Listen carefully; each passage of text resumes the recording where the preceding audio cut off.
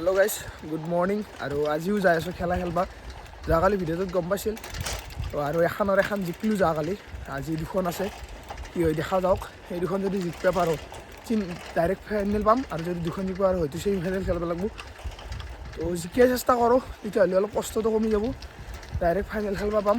তো আঘাত ধৰি আছে, চাইকেল মাৰি আছোঁ না, তো যাই লৈ পেলাই লগ পাই আছোঁ। তো গাইজ আহি পালোঁ ফিল্ড, আৰু খেলা ষ্টাৰ্ট হৈ গ'ল আমাৰ। বাকী আজিও আমাৰ ফাৰ্ষ্ট ফিল্ডিং পৰিছে, আৰু ফাৰ্ষ্টতে মানে 3-4টা উইকেট গুচি গৈছে।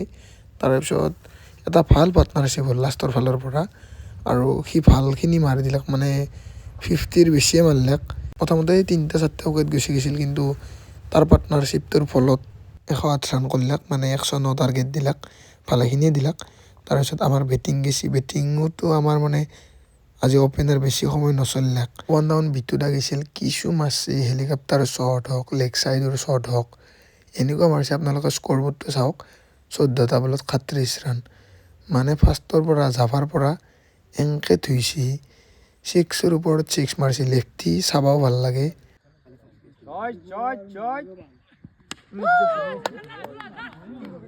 আৰু ফাৰ্ষ্টখন জিকাৰ পিছত ছেকেণ্ডখনত আমাৰ ফাৰ্ষ্ট বেটিং পৰিছিল, আৰু এখানে স্ক'ৰবোৰ্ড দেখা পাইছে। মোৰ বেটিং দেখছি না, 10টা বলত 9 ৰান, এটা 6।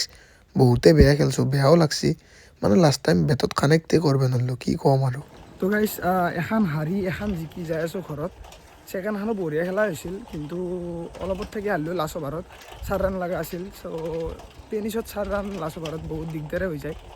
বাকী প্ৰথমখন জিকিলোঁ, ছেমি ফাইনেল পালোঁ, তিনিখনত দুখন জিকিলোঁ। যিহেতু অহাকালি ছেমি ফাইনেলৰ ফাইনেল আছে, তো অহাকালি দেখা যাব কি হয় কি নহয়। আজি অলপ মই বেয়া খেলছোঁ, অলপ মানে নহয় দেই, বহুতে এটা 4 মিছ কৰিছোঁ, ৰানো সেই 10টা বলত 9 ৰান। ঘৰত আহি এইফালে অকণমান চিৰা দৈ লৈছোঁ, লগতে এইফালে লৈছোঁ মিঠাই, মানে যোনটো গুড় মিঠাই থাকে, পকাই থোৱা থাকে, সেইটো নাই, মানে সেইকাৰণে গোটা ল'ব লগা হৈছে। আৰু চিৰা দৈ খাই পেলাই আৰু ভিডিঅ' চিডিঅ' তেনেকৈ বনোৱা নাই।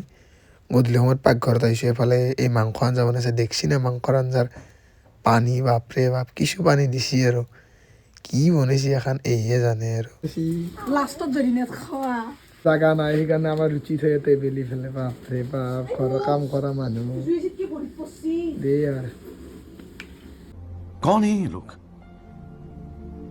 कहाँ से आते हैं তো গাইছে ৰেডি হৈ গ'ল খানা। এইফালে দেখা পাইছে মাংস ভালে বনালাক বাৰু লাষ্টত। মই তিতা দাইল লগত এনে ফাল্টুমি কৰি আছিলোঁ। এইফালে আছে ৰুটি, তো সেই আজি ৰাতিৰ খানা ৰুটি আৰু মাংস।